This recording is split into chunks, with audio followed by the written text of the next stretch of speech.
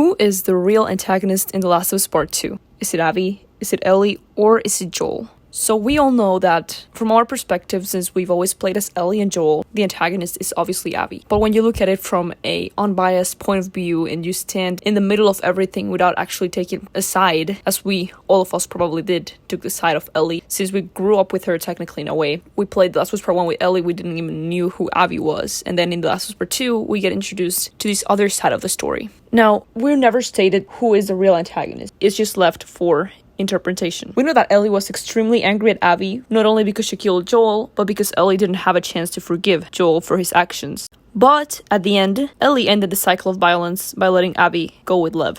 This restates that Ellie is not an antagonist, in a way. She's just a kid who was driven by hatred, but ended up fighting the light at the end. We all know from the start that Ellie was never a fan of torturing people or anything like that. She was just trying to protect herself and protect the people she loved. But in a way, so was Abby. She was also just a kid.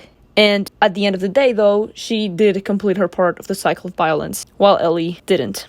Ellie didn't because she realized Joel wouldn't have wanted her to kill Abby. I like to think in this scene in which, fighting in the beach, Ellie was thinking about Joel and in the porch and all the moments she had with him, and she just couldn't do it. But Ellie also did some terrible things. She killed multiple people, even though these people were trying to kill her, so in a way was self-defense. But she also tortured a couple of people like Nora, for example, but she still needed to find where Abby was, and at this point she was extremely driven by hatred. And you can see in the later scene when she's with Dina, how this really emotionally messed her up, just doing this to Nora, which is another way in which we can tell that Ellie never meant to do any of this. Abby is the only character who continuously looks for revenge. She held this grudge of Joel killing her dad for years, until she found Joel, killed him, and was then satisfied. So once she killed Joel, she didn't want anything to do with Ellie. She didn't want to confront her actions like Ellie did. Ellie also was driven by revenge and by hatred, but we can assume that this didn't happen for more than a couple years, while Abby had to complete the act in order to be satisfied. And then we have Joel, which on the other hand started this cycle of violence by killing Jerry, which is Abby's dad, but he was also trying to save Ellie at this point, even though Ellie didn't want to be saved. This is why Joel can't also be seen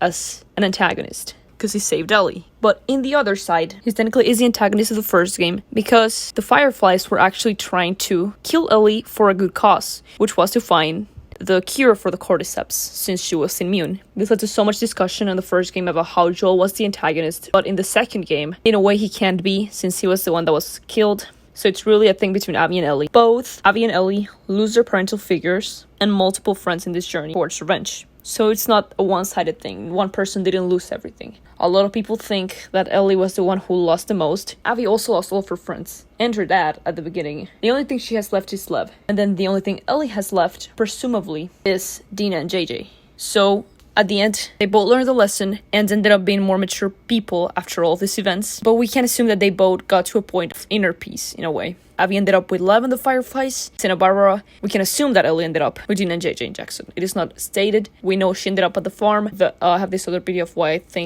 Ellie actually went back to Jackson with JJ and Dina. With that being said, the real antagonist for this entire thing is Joel. Because if Joel wouldn't have killed Jerry, then this would have never happened. Ellie might be dead because of the cure, but that was something she wanted to do. It can't be for nothing, were the words she said. But at the end of the day, it was for nothing, because Joel saved her. And by saving her, he just created this cycle of violence, which was initiated by Joel. This means that, in a way, Joel is the real antagonist from an unbiased point of view.